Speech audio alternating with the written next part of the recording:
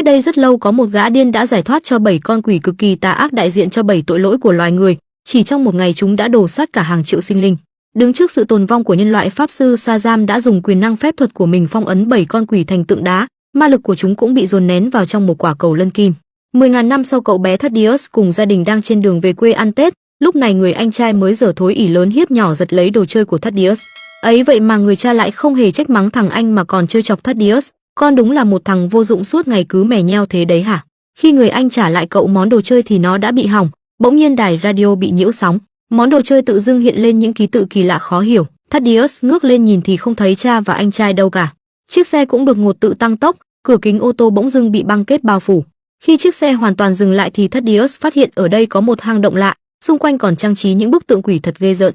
Một ông lão đi tới chào mừng cậu bé đến vách đá vĩnh hằng chính là pháp sư Shazam, bởi vì ông ta giờ đây đã già yếu cho nên muốn tìm một nhà vô địch để truyền thừa lại phép thuật.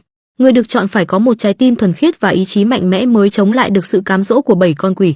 Chúng đại diện cho 7 tội lỗi của loài người là ngạo mạn, tham lam, dâm dục, đố kỵ, phàm ăn, phẫn nộ và sự lười biếng. Khi cầm cây trượng này trong tay thì cháu sẽ có quyền năng của ta. Tuy nhiên cháu phải cho ta thấy cháu là người có trái tim thuần khiết trước cái đã. Shazam vừa nói xong thì mấy con quỷ liền buông lời cám dỗ cậu bé. Chúng bảo cậu hãy lấy quả cầu lân kim thì sẽ có quyền năng mạnh hơn cả lão Shazam.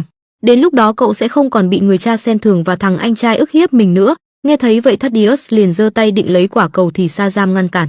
Ông ta nói cậu bé quá dễ bị cám dỗ nên không xứng đáng kế thừa quyền năng của ông. Thế là Shazam liền gõ cây trượng xuống đuổi cậu bé trở về với thực tại. Mấy con quỷ thấy vậy thì hả hê chế giễu lão pháp sư đã già yếu lắm rồi, chẳng mấy chốc bọn ta sẽ thoát khỏi phong ấn và tiếp tục cám dỗ rồi tàn sát nhân loại. Thaddeus thì không cam tâm nhận lấy cái kết đắng nên quậy phá trong xe, vô tình làm cho người cha mất lái đúng vào lúc có một xe khác lao tới. Sau vụ tai nạn người cha đã bị tàn phế đôi chân, tất cả đều là lỗi của mày đấy thằng nhóc con. 30 năm sau Thaddeus đã trở thành một tiến sĩ có tri thức, thế nhưng hắn vẫn luôn ám ảnh và muốn quay lại vách đá vĩnh hằng một lần nữa. Trong khi đó pháp sư Shazam thì vẫn đang nỗ lực tìm kiếm người xứng đáng để trao lại quyền năng. Nhiều năm qua cũng đã có quá nhiều người được ông triệu hồi đến vách đá nhưng chẳng có ai là thuần khiết. Tất cả họ đều nhìn thấy những ký tự kỳ lạ giống hệt như Thaddeus. Suy nghĩ một hồi hắn ta liền hiểu ra trật tự của những ký hiệu này. Sau khi sắp xếp và viết nó lên một cánh cửa thì cô trợ lý bất cẩn đặt tay của mình lên. Hóa ra đây chính là cách để đi đến vách đá vĩnh hằng. Cô trợ lý không may đã bị bùa chú ăn mòn rồi tan thành tro bụi. Thaddeus thì vui mừng tiến thẳng vào hang động. Nhìn thấy gã chọc Shazam cũng liền nhận ra đây chính là cậu bé năm xưa ông từ chối. Bây giờ hắn chẳng cần sự cho phép của pháp sư nữa mà mạnh dạn tự tay lấy quả cầu. Ngay lập tức thạch tượng phong ấn bọn quỷ dữ bị sụp đổ giúp chúng thoát ra ngoài. Pháp sư cố gắng ngăn cản nhưng không có tác dụng, tất cả đám quỷ này hóa thành hắc vân ma khí. Sau đó chúng nhập vào trong quả cầu rồi bay tới con mắt phải của Thaddeus. Shazam liền phóng ra sấm sét tiêu diệt tên ác nhân nhưng ai ngờ hắn lại hấp thụ được cả sấm sét. Bởi vì bây giờ gã chọc đã có được sức mạnh và quyền năng của bọn quỷ dữ, hắn ta bèn phản đòn đáp trả lại sấm sét đánh ngã lão pháp sư. Sau đó gã chọc trở về phòng thí nghiệm của mình, cách đó không xa có một cậu bé tên là Billy Batson. Cậu ta dám cả gan giam hãm mấy người cảnh sát trong một căn nhà rồi truy cập vào máy tính của họ. Mục đích cậu là muốn tìm kiếm địa chỉ nhà của mẹ ruột mình nhưng ai ngờ người này không phải. Hóa ra vào năm cậu 3 tuổi trong lần đi chơi hội đã vô tình lạc mất người mẹ. Cậu cố gắng chạy đi tìm nhưng không thấy bà ấy đâu. Đến cả cảnh sát cũng không thể giúp gì được cho cậu. Thế là họ gửi cậu vào một ngôi nhà tình thương do vợ chồng Victor và Rosa nuôi dưỡng. Tại đây còn có những đứa trẻ mồ côi khác như là Egan, một game thủ trẻ trâu. Cô bé Dala thì nhiệt tình và năng động, chị Mary thì vui vẻ háo hức chuẩn bị vào đại học, cậu béo Pedro thì nhút nhát ít giao tiếp với người khác. Cuối cùng là cậu bạn què chân Freddy và cũng là một fan cuồng của Superman. Đồ chơi yêu thích của cậu là viên đạn của Superman và phi tiêu hình con rơi của Batman. Cậu ta suốt ngày cứ lẩn quẩn theo Billy uyên thuyên nói chuyện về sức mạnh siêu năng lực. Dù là ở nhà hay ở trường, Freddy cũng luôn hỏi Billy rằng nếu như được chọn thì cậu sẽ chọn khả năng bay hay là tàng hình. Đối với Billy thì mấy chuyện này thật vớ vẩn nên cậu đã bỏ ngoài tai.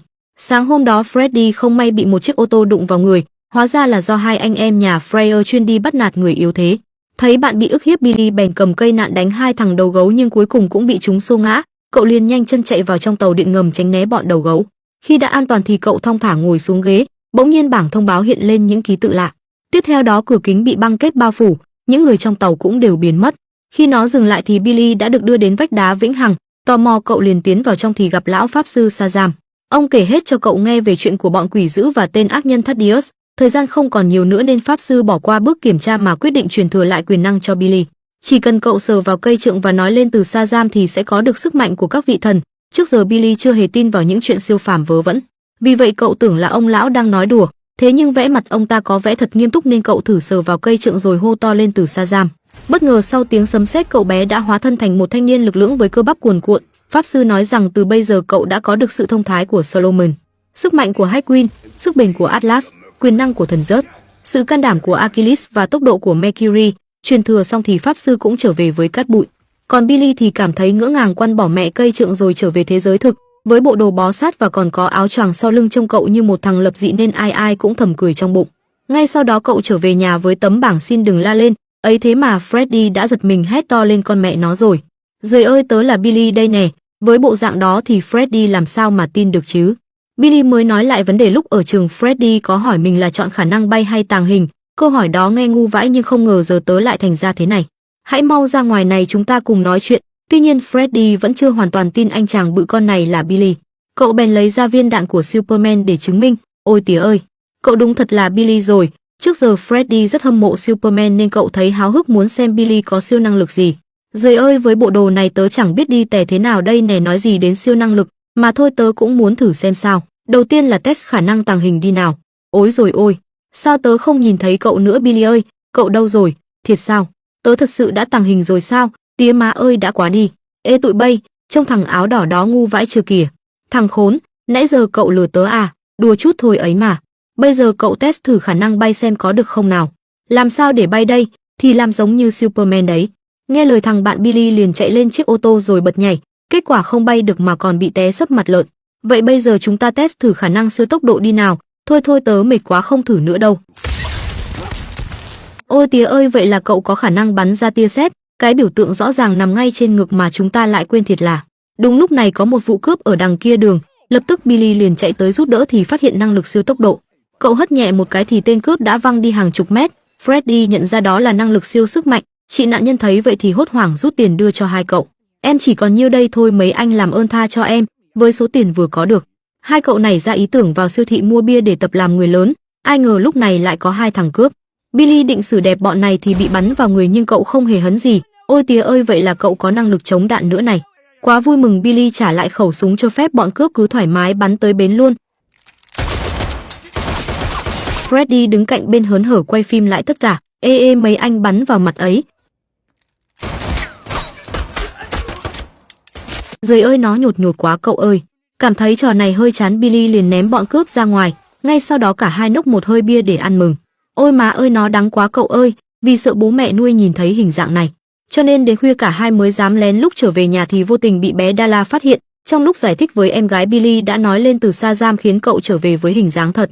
Vậy là Shazam chính là câu thần chú để biến hình. Nhớ giữ kín chuyện này nhé em gái nhỏ. Vâng ạ. Ngày hôm sau cậu liền giở trò phá hỏng chiếc ô tô làm cho bọn đầu gấu há hốc mồm kinh ngạc.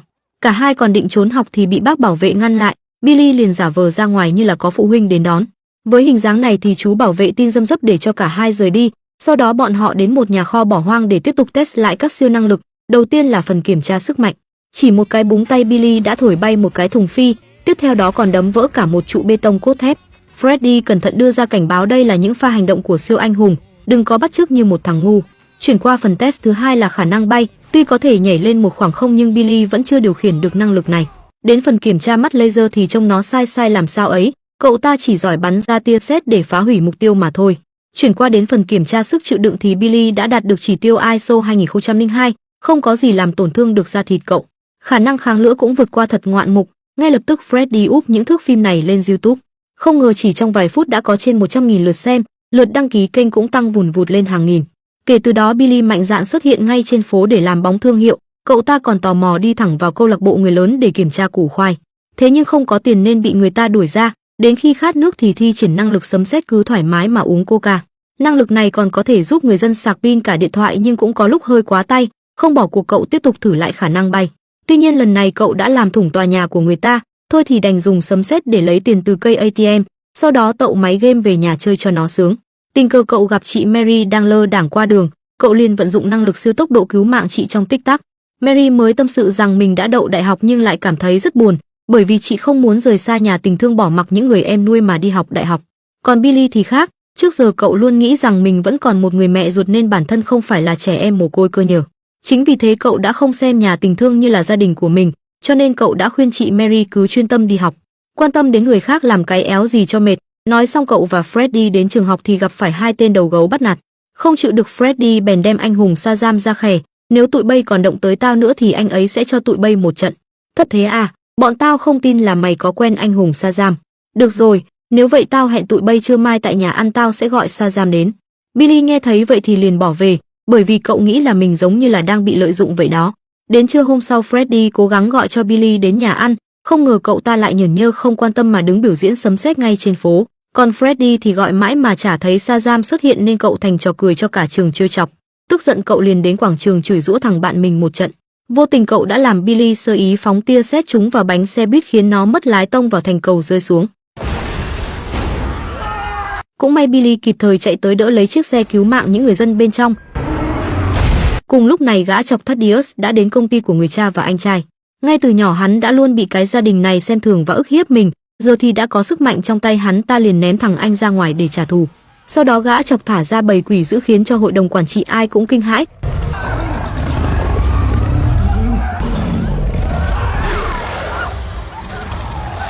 Đừng sợ, chúng đến đây là để ban phước cho mọi người đấy. Vừa nói xong con quỷ liền gậm lấy cái thủ cấp ông giám đốc, những người khác cũng nhanh chóng bị tàn sát rất man rợ.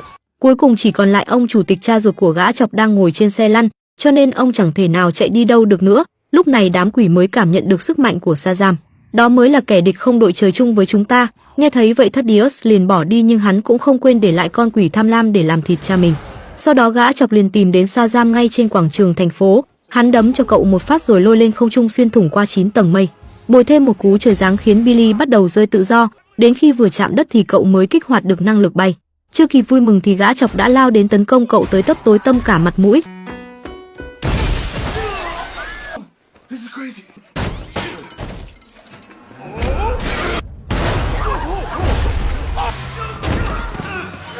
Lần đầu gặp phải một kẻ quá mạnh, cậu hốt hoảng hét to lên Shazam để biến về hình dạng thật, sau đó trà trộn vào đám đông mà bỏ chạy. Cũng may là gã Thaddeus không hề biết thân phận của Billy. Vô tình hắn phát hiện cậu nhóc trên TV có quan hệ với Shazam. Các thành viên ở nhà khi này cũng đã xem TV nên cũng đoán ra được thân phận của Billy. Mà cậu ta cũng đã về đến nhà an toàn gặp lại cha mẹ nuôi. Ngay lập tức gã chọc tìm đến Freddy ép buộc cậu nói ra nơi cư ngụ của Billy. Lúc này Egan mới báo tin rằng cậu đã tìm thấy địa chỉ nhà của mẹ ruột Billy. Nguyên do là vì bà ấy đã đổi tên nên trước giờ cậu tìm mãi mà không thấy. Hiện tại bây giờ thì bà ta đang ở một chung cư cách đây 2 dãy phố. Nghe thấy vậy Billy liền hối hả chạy đi gặp mẹ mình. Ai ngờ bà ấy đã có gia đình khác và không nhận Billy nữa. Thật ra năm xưa cũng vì quá nghèo khổ nên bà ấy đã cố tình bỏ lại cậu cho cảnh sát nuôi dưỡng. Nghe thấy điều này Billy buồn bã rời đi. Thì ra trước giờ nhà tình thương mới là gia đình của mình. Tuy không có máu mủ ruột thịt nhưng ai ai cũng đối xử nhau rất chân thành. Mà lúc này gã chọc đã đến nhà bắt hết mọi người lại. Hắn cho phép Freddy gọi đến cậu để báo tin. Thế là cậu liền hóa thân thành Shazam tức tốc bay về nhà. Gã chọc dùng ác quỷ đe dọa tính mạng của mọi người, uy hiếp cậu phải chuyển giao sức mạnh Shazam lại cho hắn. Không còn cách nào, Billy cũng đành phải nghe theo. Cánh cửa lập tức mở ra, cả hai đi vào vách đá vĩnh hằng. Sau đó gã chọc thả ra 7 con quỷ bao vây lấy Billy. Bọn chúng nhe nanh múa vuốt thúc ép cậu mau cầm cây trượng chuyển giao sức mạnh qua gã chọc. Bất ngờ nhóm anh em nuôi xuất hiện ném chiếc phi tiêu Batman trúng đầu tên ác nhân. Vô tình Billy phát hiện gã chọc này sau khi thả bọn quỷ dữ ra thì cơ thể hắn sẽ bị tổn thương như người thường. Đám quỷ liền hóa thành hắc vân nhập trở lại gã ác nhân.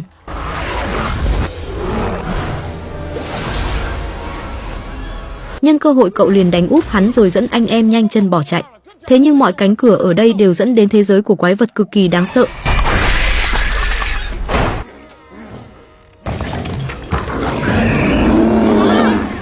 Nơi đây đúng thật là kỳ bí đáng sợ. Tình huống nguy cấp, Billy liền nghĩ trong đầu mình nơi muốn đến. Khi gã chọc tấn công thì mọi người cũng vừa trở về được thế giới của mình. Thật không ngờ đó lại là câu lạc bộ người lớn. Mà gã chọc cũng đã đuổi đến nơi, cả bọn liền vội vã chạy vào khu vui chơi để ẩn trốn. Thế nhưng gã chọc lại tàn ác tấn công cả dân thường, ép buộc Billy phải lộ diện. Freddy lanh trí bảo anh em hãy khiêu khích gã chọc để cho hắn thả ra 7 con quỷ.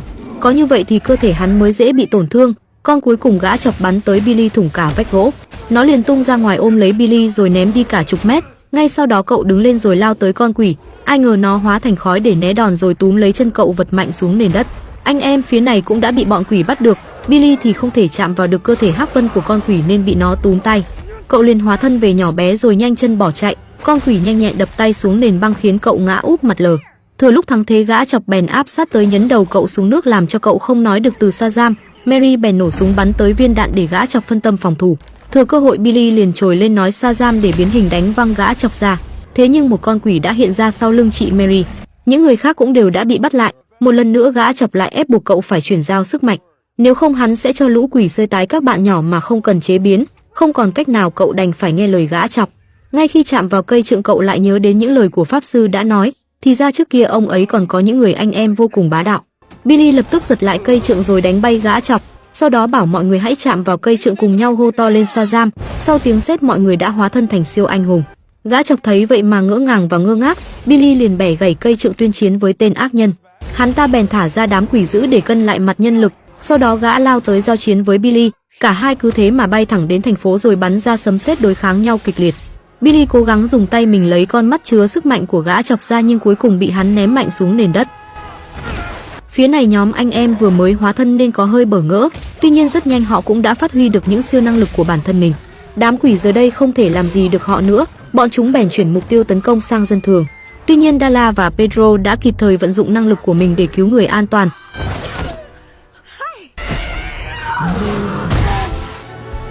Lúc này mọi người mới nhận ra là chỉ có 6 con quỷ được thả ra mà thôi. Vẫn còn một con đang trong người gã chọc, đó chính là đố kỵ. Billy liền lanh trí dùng lời nói khiêu khích con quỷ hãy ra đây đấu tay đôi với cậu. Chứ ẩn náu mãi trong đó thì giống như một thằng hèn. Nghe thấy vậy con quỷ liền lao tới túm lấy Billy áp chế xuống nền đất. Điều này cũng làm cho gã chọc mất đi sức mạnh mà rơi xuống. Billy bèn hô to lên Shazam để mượn sấm sét đánh tan con quỷ. Sau đó cậu bay tới túm lấy gã chọc rồi quay về khu vui chơi. Giờ thì hắn đã không còn sức mạnh nên cậu bắt đầu lấy con mắt phải ra. Quỷ đố kỵ phía này đã hồi sinh lại bởi vì nó bất tử. Những con quỷ khác cũng tức tốc bay tới để tiếp sức cho gã chọc nhưng không kịp. Billy đã lấy ra được con mắt nên bọn quỷ cũng bị thu vào trong nhãn cầu này. Mọi người thấy vậy thì vô cùng vui mừng và phấn khởi. Bỗng dưng Billy bị nhãn cầu kêu gọi cám dỗ cậu nhập thể. Giời ơi đừng mà Billy, à ha tôi chỉ lừa thôi mà ha ha. Người dân cũng bước ra tung hô các vị siêu anh hùng. Ngay sau đó cả nhóm đặt nhãn cầu trở lại vách đá vĩnh hằng để phong ấn đám quỷ thành tượng đá. Trưa hôm sau Freddy và anh chị em đang ăn cơm thì Shazam xuất hiện. Cậu thừa nhận là bạn thân của Freddy làm cho lũ đầu gấu e sợ. Điều bất ngờ hơn chính là Superman cũng là bạn thân của cậu. Vào năm 2024 bỗng dưng dưới mặt đất mọc lên những rễ cây to lớn. Chúng mang theo những bào thai rất kinh tởm rồi từ từ nở ra những con quái vật. Thứ nhất là loài Cyclops một mắt khủng khiếp, thứ hai là loài quỷ đầu bò Minotaur, thứ ba là loài Harpy nhân điểu, thứ tư là loài ác thú Chimera. Tất cả bọn chúng đều là từ trong thần thoại Hy Lạp đây mà. Tại sao lại xuất hiện giữa lòng thành phố và tàn sát nhân loại thế này? Nguyên do là vì 4 năm trước các anh hùng Shazam đã đánh bại gã ác ma Thaddeus, sau đó họ phong ấn bọn quỷ dữ vào tượng đá. Kể từ đó vách đá vĩnh hằng trở thành căn cứ của biệt đội Shazam, họ đã trang trí nơi này giống như một khu giải trí thời công nghệ. Ngay cả những bức tượng quỷ cũng không còn ghê rợn đáng sợ như trước nữa, chỉ có điều Victor cảm thấy hơi kỳ lạ là tại sao sấm sét cứ đánh xuống nhà này mãi thế. Bởi vì ông vẫn chưa biết thân phận của những đứa con nuôi này là ai. Ngày hôm đó trên cầu Ben Franklin xảy ra một vụ tai nạn giao thông nghiêm trọng làm cho thành cầu bị gãy. Không chịu nổi sức tải các dây cáp cũng bắt đầu bung cả đinh tán mà rơi xuống, tiếp theo đó mặt đường nứt toạc ra. Biết được tin này qua radio, biệt đội Shazam lập tức biến hình rồi bay đến cây cầu. Lúc này nền đường đã bị sụp lún khiến cho người dân lâm vào hoảng loạn. Freddy kịp thời túm lấy 2 chiếc xe kéo lại cứu người dân. Không may phía này có một chiếc ô tô con bị rơi xuống. Được rồi không cần phải la nữa đâu thím ơi. Pedro cũng kịp thời đỡ lấy cọng dây cáp cứu mạng một gia đình. Egan thì cố gắng hàn lại những dây cáp bằng tia sét nhưng cũng không thể giữ được lâu. Mary và Dala bèn vận dụng siêu tốc độ đưa những người dân mau chóng đi vào nơi an toàn. Đang trong lúc nguy hiểm mà Freddy cũng không quên tán gái nữa chứ thiệt là. Sau vài phút biệt đội Shazam đã cứu được tất cả người dân, chỉ có cây cầu thì không thể cứu vãn được nữa. Ngay sau đó 6 anh em tập hợp chuẩn bị trở về nhà, thế nhưng Freddy lại thích nổi tiếng đứng phỏng vấn cùng phóng viên. Đêm hôm đó tại một viện bảo tàng ở Hy Lạp, chú hướng dẫn viên đang thuyết trình về một cây trượng chứa đựng phép thuật của các vị thần. Không ngờ rằng sau khi Billy đập gãy cây trượng rồi vứt đi ở tập trước, nó đã được viện bảo tàng này thu nhặt đem về đây trưng bày. Bỗng nhiên có 2 người bí ẩn với y phục cổ trang của Hy Lạp tiến thẳng đến chỗ hướng dẫn viên, họ chẳng nói gì mà tự dưng hất tung nắp kính xuống đất. Sau đó mỗi người cầm lấy một phần của cây trượng, anh bảo vệ lập tức chạy tới thì bị bà tóc bạc dùng phép thuật đánh văng vào tường. Cánh cửa an ninh liền hạ xuống để phong tỏa hiện trường, một anh bảo vệ nữa chạy tới thì bị ả tóc đen nói vài từ vào tai. Sau một giây anh ta liền phát điên và truyền nhiễm sang cho người khác, rất nhanh cả khán phòng đã lâm vào hỗn loạn. Ấy vậy mà mụ tóc bạc vẫn không dừng lại mà thi phép làm cho những bức tượng vỡ vụn thành cát bụi, chúng bám vào những người dân biến họ thành tượng đá. Ngay sau đó cả hai quay trở về thế giới của mình, hoàng cung của họ nằm trên một ngọn núi cao đến tận mây xanh. Vùng đất này rất cằn cõi nên các sinh vật đã chết hết, cả hai đến phòng giam gặp một người. Không ngờ rằng đây là pháp sư Shazam, ở phần trước sau khi ông tan thành cát bụi thì vẫn chưa chết mà bị bắt đến đây. Thế giới này không phải là địa ngục mà gọi là cõi trời, còn hai người bí ẩn thì ra là con gái của thần Titan Atlas, vị thần thượng cổ thuở xưa đã gồng mình gánh cả trái đất trên vai. Bà tóc bạc là Hespera và ả tóc đen là Calypso, mục đích của họ là ép lão pháp sư phải hàn gắn lại cây trượng để khôi phục phép thuật cho nó. Tuy nhiên lão pháp sư không chịu làm theo vì ông biết hai mụ này sẽ làm hại đến nhân loại. Ả Calypso bèn giở trò thôi miên kiểm soát tâm trí pháp sư khiến ông hô to lên Shazam. Ngay sau đó cây trượng đã phục hồi về nguyên vẹn và có lại quyền năng. Pháp sư thấy vậy bèn cố gắng giật lại cây trượng nhưng không làm lại hai chị em. Tuy nhiên sau khi họ rời đi, lão pháp sư liền lấy ra một sợi rầm gỗ mà lúc nãy mình cào được từ cây trượng. Tiếp theo đó ông thì thầm câu thần chú Umbala Subscribe đi, khiến cho sợi rầm gỗ tan thành bụi, phép thuật bay đi tìm một người. Cùng lúc này Billy đang có một cuộc hẹn với Diana, nữ thần chiến binh. Billy rất là hâm mộ nàng và muốn được đồng hành cùng nàng đi hành hiệp trượng nghĩa như là một đôi tình nhân. Trông thấy Diana chẳng nói câu gì mà lặng im. Cậu tưởng rằng nàng đã đồng ý nên chủ động tiến tới định hôn nàng. Ai ngờ cái khuôn mặt này lại là lão pháp sư. Ôi má ơi, chẳng phải ông đã tan thành cát bụi ở tập trước rồi sao? Giời ơi, đó chỉ là cái vỏ thôi cậu bé ạ. Mục đích ta mượn cơ thể của Diana là muốn mắng cho cậu một trận. Cũng tại cậu ngây thơ ngu ngốc bẻ gãy cây trượng nên rào chắn ngăn cách giữa thế giới này và cõi trời đã không còn. Thừa cơ hội đó mà các con gái của thần Atlas đã tiến vào thế giới này săn lùng anh chị em cậu. Tiếp sau đó họ sẽ đày đọa nhân loại và hủy diệt thế giới này. Hãy nhớ là đừng cho họ lấy được. Chưa nói hết câu pháp sư đã bị trục xuất, còn Billy thì giật mình tỉnh giấc. Ngay lập tức cậu kể lại mọi chuyện cho các anh chị em để tìm cách đối phó. Tuy nhiên cả nhóm này toàn là trẻ trâu nên chẳng biết Atlas là ai cả. Dựa theo thông tin trên Google, họ chỉ biết các con gái của Atlas là những người bảo vệ cây đời trong thần thoại Hy Lạp. Loại cây mà sinh ra quả táo vàng chứa hạt giống của sự sống, và điều quan trọng là nó luôn được canh giữ bởi một con rồng rất mạnh mẽ. Giời ơi, vậy là giờ còn có cả rồng nữa nên cả nhóm càng thêm bối rối không biết làm sao. Lúc này Pedro mới nhớ ra là trong vách đá vĩnh hằng này còn có một thư viện phép thuật. Những quyển sách ở đây đều có thể bay như chim, còn có một cây bút thần tự viết ra chữ và am hiểu mọi thứ ở đây. Chúng ta chỉ cần đưa ra câu hỏi thì cây bút sẽ trả lời ngay. Trong khi đó Freddy thì đang ở trường và cậu tình cờ làm quen được một bạn gái tên là An. Để người đẹp chú ý, cậu đã quảng cáo rằng mình là bạn thân chí cốt với các anh hùng Shazam. Nghe đến đây An có vẻ rất hào hứng và thích thú trò chuyện với Freddy suốt giờ chơi. Đúng lúc này Billy đến gọi cậu bạn về nhà để bàn chuyện, thế nhưng Freddy lại không quan tâm mà chỉ muốn ở lại tiếp tục tâm sự với bạn gái. Hết nói nổi cái tính dạy gái của thằng bạn nên Billy đành quay về một mình. Cả nhóm bắt đầu hỏi cây bút thông tin về những người con gái của Atlas. Cây bút liền viết ra tên các quyển sách có đề cập đến vấn đề này. Nó ghi chép rằng thuở xa xưa các vị thần xem loài người là tôi tớ cũng như là vật tiêu khiển. Cho nên vì thế mà loài người nổi dậy cùng nhau chống lại các vị thần. Chính vào lúc ấy thần Atlas đã tạo ra cây quyền trượng từ cây đời để trừng phạt loài người, đứng trước sự tồn vong của nhân loại. Pháp sư Shazam đã lén lút trộm lấy cây trượng và dùng nó để hấp thụ sức mạnh và quyền năng của 6 vị thần là Solomon, Heckwin, Atlas, Zeus, Achilles và Mercury. Sau đó pháp sư dựa vào quyền năng của cây trượng tạo ra một rào chắn giữa cõi trời và nhân giới. Kể từ đó loài người sống bình yên cho đến khi Billy đập gãy cây trượng.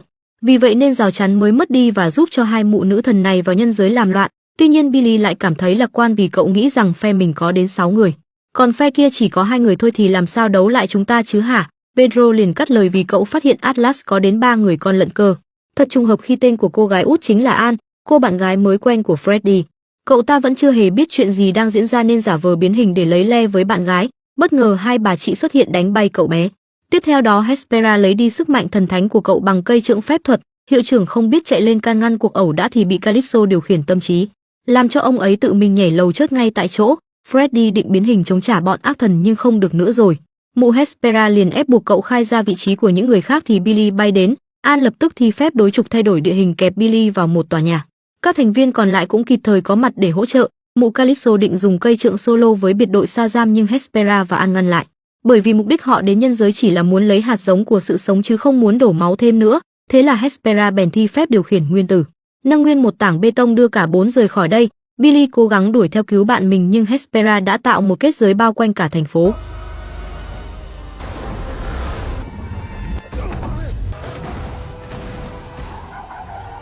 Cho dù Billy có dùng đến sấm sét thần trưởng cũng không phá được lá chắn này, nó như là một mái vòm bất khả xâm phạm cả trong lẫn ngoài. Trở về vách đá vĩnh hằng, mọi người mới biết quyền năng của bộ ba nữ thần kia. Đứng đầu là Hespera với sức mạnh điều khiển nguyên tố, Calypso thì có sức mạnh điều khiển tâm trí con người bằng lời nói thì thầm, An thì có sức mạnh đối trục thay đổi địa hình không gian. Để đối phó với ba loại quyền năng này, Billy nghĩ ra một cách, đó là dùng sức mạnh trí tuệ của Solomon có trong người. Thế nhưng bây giờ cậu cũng chưa biết cách để khai thác nó, không còn cách nào, mọi người đành quyết định viết một lá thư để thương lượng với các nữ thần. Tất cả là nhờ vào loại giấy magic này, nó có thể xuyên không bay đến người nhận dù cho người đó ở bất kỳ nơi đâu. Trong khi đó Freddy đã bị tống vào nhà lao cùng với lão pháp sư ở cõi trời. Rất nhanh cậu cũng nhận ra được đây là người mà Billy thường hay nhắc đến. Tất cả cũng là do lỗi Billy đã đập gãy cây trượng nên mới ra nông nỗi này. Thôi thôi đừng than thở nữa ông già. Mau mau tìm cách thoát khỏi đây đi chứ. Vừa nói xong thì bọn lính đã đưa cả hai lên đại điện. Hespera ép cậu phải khai ra thân phận thực sự của các thành viên Shazam còn lại. Tuy nhiên Freddy cũng rất cứng miệng không chịu khai. Calypso bèn thì thầm vào tai cậu làm đảo lộn tâm trí để cậu tự khai ra. Thế nhưng cậu chưa kịp nói gì thì bức thư thương lượng biến thành con chim giấy bay đến đây. Nội dung trong này được viết rất là lũng cũng như sau. Đầu tiên là gửi những người con gái của Atlas. Bạo lực không phải là vấn đề. Câu đầu quá hay cảm ơn Dala. Chúng tôi muốn trao đổi. Chúng tôi sẽ dùng quyền năng của mình để đổi lấy Freddy. Thêm khỏe mạnh vào cho tôi. Không là họ sẽ chơi xỏ mình đấy. Thông minh đấy Egan. Rồi ghi tiếp mến gửi. Chấm hết. Không là chân thành chúc vui. Có cần kiểm tra lại chính tả không nhỉ? Không cần đâu, cây bút viết đúng rồi. Có ai muốn uống tăng lực không? Thứ màu đỏ đỏ ấy. Nghe thấy vậy Calypso tưởng rằng là nhóm Shazam muốn uống máu của mình. Ta tức giận liền tống cổ pháp sư và Freddy xuống ngục tối. Trong khi đó Hespera thì đã hiểu ý nghĩa của bức thư đại khái là nhóm Shazam muốn thương lượng với mình. Thế là ngay lập tức bà ta tìm đến Billy. Cả thành phố Philadelphia lúc này đã bị phong ấn trong mái vòm nên không ai có thể rời đi được. Hespera nói rằng thuở xưa hội đồng phù thủy đã đánh cắp sức mạnh của các vị thần, cho nên giờ đây bà ta chỉ muốn lấy lại nguồn sức mạnh đó để khôi phục cõi trời về như xưa. Nếu các ngươi không giao ra thì Freddy và nhân loại sẽ bị trừng phạt. Mặc dù lời đe dọa này có hơi kinh khủng nhưng Billy vẫn không hề sợ. Bởi vì kế hoạch thương lượng này thật ra là một cái bẫy mà trước đó cả nhóm đã vạch ra, mục đích cốt yếu là bắt lấy bà Hespera để đổi lấy Freddy. Thế nhưng chưa kịp úp sọt người ta thì Pedro đã bị tước đi sức mạnh, Egan liền tung chưởng đánh bay Calypso. Hespera cũng nhanh nhẹn cho Billy một cước bàn chân thối, Egan và Dala liền lao tới thì bị nữ thần già khống chế bằng sức mạnh điều khiển nguyên tố. Billy lập tức dồn ép Hespera xuống tầng hầm bên dưới, thế nhưng nữ thần già không hề hấn gì mà còn hành Billy cho ra bã. Mary và Dala bèn xuống đây túm lấy tay Hespera rồi quật mạnh xuống nền đất, bà ta liền giơ tay điều khiển những sợi cáp thép quấn chặt Mary và Dala lại. Billy nhanh nhẹn lao tới nữ thần già nhưng bị bà ấy đánh bật ra, sau đó Hespera thi triển tuyệt chiêu vạn sát quy nhất thành một quả cầu bay tới. Thế nhưng Billy lại có tuyệt chiêu lăng ba di bộ né đòn nên bà già đã lãnh đủ, lúc này Calypso mới thức tỉnh hùng hổ đi ra ngoài.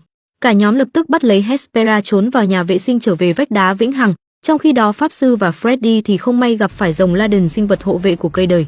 Cả hai tưởng rằng chuyến này sẽ đi chầu ông bà, nhưng may mắn An đã kịp thời thi phép thay đổi địa hình ở đây. Vì cô là một nữ thần lương thiện nên đã chỉ dẫn cho hai người con đường trở về nhân giới. Điều này làm cho Freddy vô cùng cảm kích, đứng uyên thuyên mãi nói chuyện với An. Mình biết các chị của mình hơi khó tính, không sao đâu, miễn là cậu đừng khó tính là được. Còn tao thì đang khó tính lắm này. Chúng ta không có thời gian để nói nhảm đâu, mau đi thôi. Phía này cả nhóm đang rất là hớn hở vì đã bắt được nữ thần già giam vào nhà lao, ai ngờ lúc mọi người không chú ý, Hespera đã thoát ra ngoài và lấy đi một quả táo đen, đến khi cả nhóm quay lại nhà giam thì không thấy nữ thần già đâu nữa. Cùng lúc này pháp sư và Freddy định mở cánh cửa trở về nhân giới thì Hespera cũng vừa quay lại đây, bà ta cứ thế mà đi thẳng đến cung điện gặp hai người em mình. Hóa ra trên tay nữ thần già chính là quả táo vàng của cây đời, khi gieo hạt của nó ở đây thì nó sẽ khôi phục cõi trời trở về thời hoàng kim. Thế nhưng khi gieo hạt của nó ở nhân giới thì nó sẽ là mầm móng để hủy diệt loài người. Chuyện này rất hệ trọng cho nên ba nữ thần đang phân vân không biết phải quyết định thế nào. Nhân cơ hội đó pháp sư và Freddy liền lén lút đi vào trong. Sau đó Freddy rón rén trộm lấy quả táo nhưng không may đã bị các nữ thần phát hiện. Đúng lúc này Billy kịp thời xuất hiện và nhanh nhẹn cướp lấy cây trượng. Thế nhưng cậu lại hậu đậu ném qua cho Freddy thì bị sai địa chỉ. Freddy lanh trí chỉa cây nạn tới kết nối với cây trượng rồi hô to lên Shazam để lấy lại sức mạnh. Nhanh nhẹn Billy đưa pháp sư cùng Freddy lập tức chuồn khỏi đây và trở về vách đá vĩnh hằng. Chuyện này làm cho Calypso vô cùng tức giận, triệu hồi rồng Laden lên nhân giới truy sát biệt đội Shazam. Đến nước này cả nhóm đành phải bộc lộ thân phận thật sự với bố mẹ nuôi. Không còn nhiều thời gian nữa, mọi người nhanh chóng bay đến nơi an toàn. Calypso phẫn nộ cưỡi rồng thần phá tung cả ngôi nhà, sau đó bắn tia sét tới tước đi sức mạnh của Freddy một lần nữa. Kể cả Egan và Dala cũng bị chung cảnh ngộ. Billy liền quăng trái táo lên để cho Mary dẫn dụ Calypso đi chỗ khác. Nữ thần liền bắn tia sét tới tước đi sức mạnh của Mary làm cho chị rơi xuống. Billy liền nhanh nhẹn bay đến cứu mạng chị Mary an toàn trước, còn quả táo thì bị Calypso đoạt lại rất dễ dàng. Sau đó ta đến sân vận động gần đó trồng quả táo xuống đất, ngay lập tức hạt giống nảy mầm vươn lên cao lớn. Bộ rễ của nó phát triển mạnh mẽ, đi tới đâu phá hủy tới đó, chẳng mấy chốc chúng đã bao quanh cả thành phố. Trong bộ rễ còn có nhiều bọc trứng nở ra đủ các loài quái vật trong thần thoại Hy Lạp. Bản tính dã thú vừa gặp con người là chúng liền tấn công.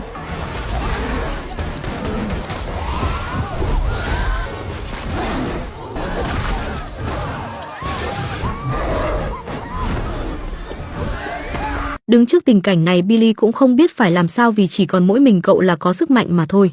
An mới đứng ra trấn an mọi người rằng cô sẽ cố gắng đi khuyên nhủ chị mình dừng tay, nếu như không thành công thì cùng lắm là chết thôi.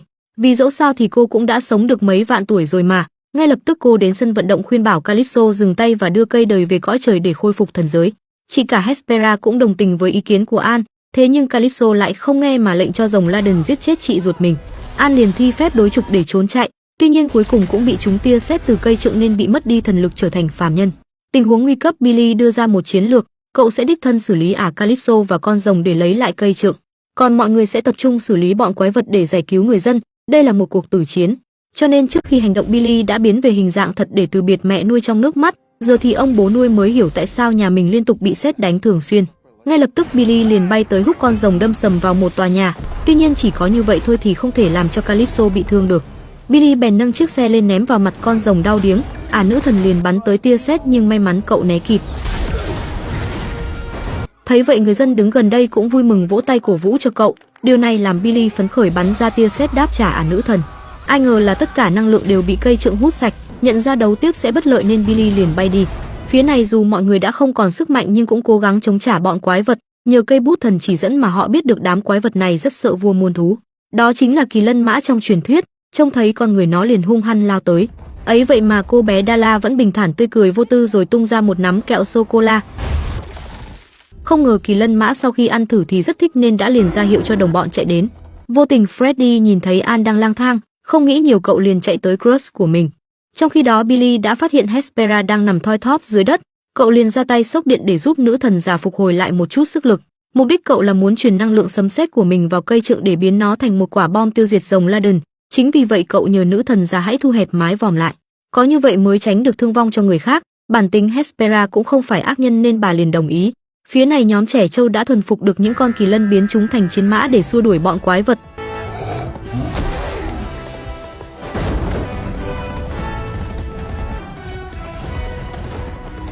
Bên này người dân đang di tản thì bị con rồng ngăn lại. An đã mất đi thần lực nên không giúp gì được. Thấy vậy Calypso lạnh lùng ra lệnh cho rồng Laden giết luôn cô em út. Freddy lập tức hóa thân thành anh hùng che chở cho mỹ nhân. Khi cả hai sắp đi chầu Diêm Vương thì Billy bay tới giật cây trượng rồi nhanh nhẹn phắn đi. Nữ thần cũng liền cưỡi con rồng đuổi theo. Hespera liền thi phép thu hẹp kết giới lại vừa đủ không gian để giam hãm đứa em độc ác và Billy. Cậu nói lời vĩnh biệt mọi người rồi quyết định sẽ đồng quy vô tận với rồng Laden và Calypso. Ở trong kết giới này thì không có sức mạnh nào có thể phá hủy được nó. Vì vậy Billy bèn chưởng liên tục lên mái vòm để tạo sét, mục đích là để cho cây trượng hấp thụ năng lượng dần dần. Con rồng liền quất cái đuôi đánh văng cậu vào màn hình LCD 400 inch. Mọi người bên ngoài thấy vậy thì hốt hoảng và vô cùng lo lắng. Billy liền bay lên dồn hết công lực đấm vỡ hàm răng giả của con rồng làm cho nó ba má cũng nhận không ra. Con rồng nổi điên lên thổi ra ngọn lửa thiêng cực kỳ mạnh mẽ. Billy liền tức tốc né tránh và nhanh nhẹn lấy lại cây trượng. Lúc này nó đã nạp đầy năng lượng nên cậu quyết định đối kháng trực diện lại ngọn lửa thiêng. Đến khi áp sát được con rồng thì cậu hô to lên Shazam, một tia sét liền đánh xuống tạo ra vụ nổ kinh thiên động địa tan nát cả cây đời và con rồng cùng Calypso. Hespera cũng an tâm mà nhắm mắt xuôi tay trở về với cát bụi, mái vòm kết giới vì thế mới biến mất. Tất cả đám quái vật cũng hóa thành lá cây khô, mọi người đau lòng khóc thương trước sự hy sinh anh dũng của Billy. Sáng hôm sau cả nhà chôn cất cậu tại phần đất ở cõi trời, hy vọng nơi đây linh hồn cậu sẽ được bình an. Pháp sư nói rằng nếu như cây trượng phục hồi lại phép thuật thì mới cứu được Billy. Thế nhưng trên đời này làm gì còn vị thần nào nữa chứ, An thì đã mất hết sức mạnh rồi. Vừa nói xong Diana liền xuất hiện, tôi cũng là một nữ thần vậy ông già. Cô bèn triệu hồi sấm sét rồi cấm cây trượng xuống đất giúp cho cây đời trổ bông tùm. Ngay sau đó Billy cũng được hồi sinh chui lên từ dưới mồ. Đến cả An cũng được khôi phục lại thần lực của mình. Trông thấy Crush Diana đứng ở đây Billy vô cùng vui mừng muốn rủ nữ thần đi tán gẫu. Thế nhưng Diana lại nói rằng cậu còn bé và trẻ trâu lắm, chờ cậu đến khi trưởng thành đi rồi hẳn tính nhé nhóc con. 3 tháng sau có hai người đến tìm Billy và mời cậu gia nhập tổ chức công lý. Tưởng rằng sẽ gặp được Crush Diana nên cậu liền đồng ý ngay. Thế nhưng thật buồn thay vì đây là tổ chức công lý chứ không phải liên minh công lý. Oh no!